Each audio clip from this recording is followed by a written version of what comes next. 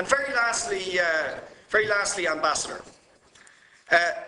People like Bishop Tutu, Nelson Mandela, and I would certainly describe your state as a apartheid state.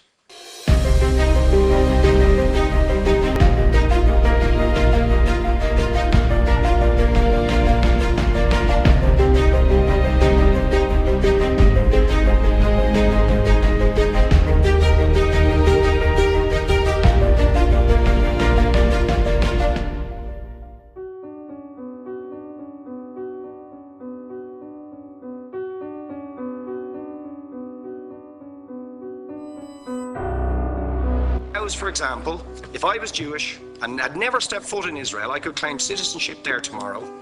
But 6 million people whose origins are in what you now call Israel, who were forced out in 1947 or 48, do not have that right.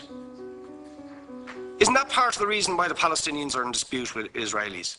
Because you deny them the right to return to their homes and to their land and to their villages, and that they have a legitimate claim, even under international law, to return, but you deny them that right. Why do you deny them that right? And why do you give that right to other people who have no connection whatsoever with the land, whether you call it Israel or whether you call it Palestine? Why do you continue to seize land, if you're serious about Oslo and the two-state solution? Why do you continue to seize land, which under that agreement is land designated to be Palestinian land? 500,000 people, most of which has taken place since Oslo. You allow that to happen. Why do you allow it to happen if you're serious about giving this land to the Palestinians? It's absolutely extraordinary. And it just, are you not just taking us, Ambassador, for idiots? That you can say with a straight face, we're serious about peace, but while we're serious about peace, we're going to seize Palestinian land. And you expect the Palestinians to just sit back and do nothing about that. And the world to accept that that is an acceptable way to behave. And you asked earlier on, could we have some constructive solutions? Now you know what the Palestinian people have been asking for. Far less even than some people would ask for. Because I believe the whole apartheid system should be dismantled. But what they've asked for is to lift the siege of Gaza. Just to lift the siege of Gaza. Let them have an airport. Let them have ports. Let them not be dictated to by a government for whom they do not vote as to what can go in and out of their territories, whether they will have power, whether they will have clean water, whether they will have medicine. What makes you think you're allowed to have nuclear weapons and the fourth biggest army in the world and visit destruction on the people of Gaza, but they have no right to defend themselves?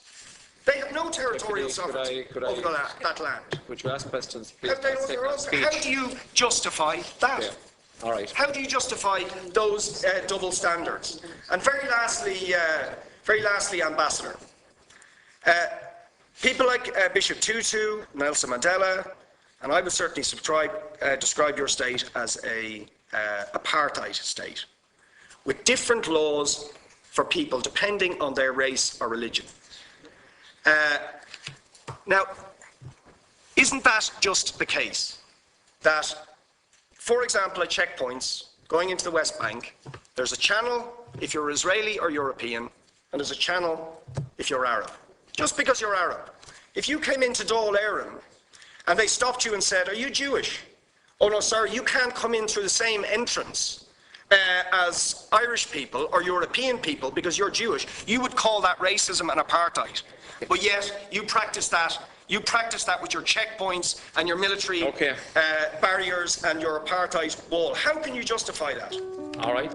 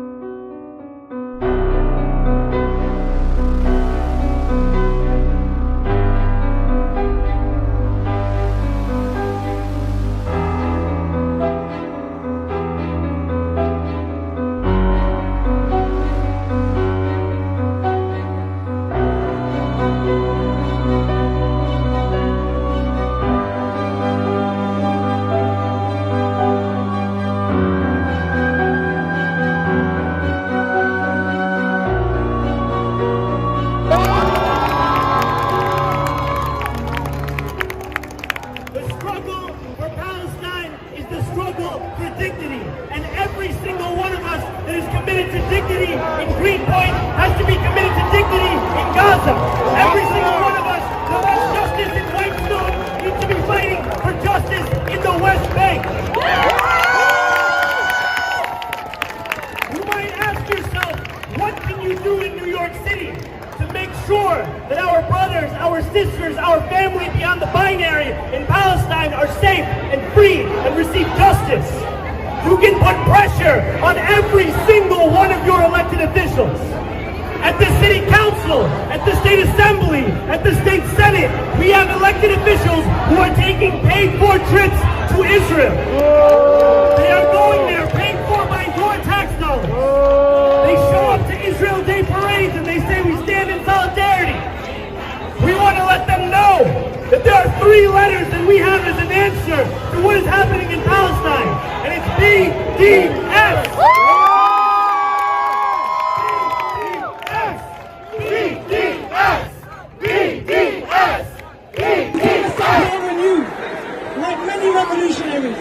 Like the revolutionaries who guide the spirit of BLM organizers around the world. But Palestinian liberation, in the Palestinian liberation lies the freedom of black people.